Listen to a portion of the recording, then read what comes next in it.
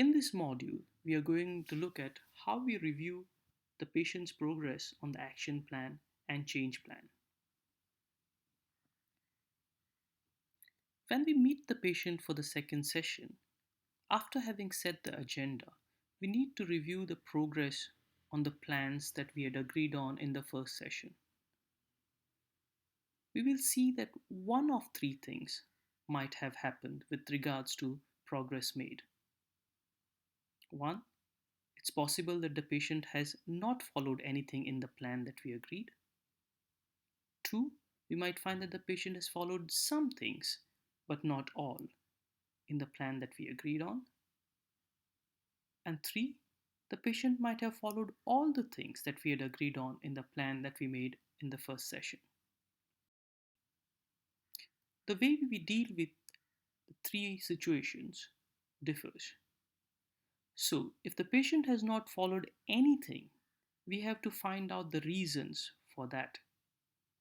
The two common reasons for this happening are that the patient does not have enough motivation to follow up on the plan. And if this happens, we have to continue doing the motivational development work that we have been doing in the first session. Another reason for the patient not having followed the plan is that the patient does not have the skills to implement the plan.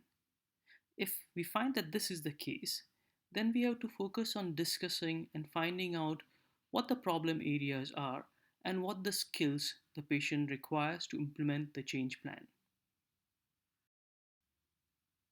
Some of the common problem areas that patients will come up with, which prevent them from implementing the change plan, are detailed here. Next to these problem areas, we have listed the skills that they would require to manage these problem areas. So, for example, if a patient has not been able to stop his drinking or control his drinking because he has difficulty in saying no to friends who force him to drink, we need to focus on building up his skills to refuse a drink when friends force him.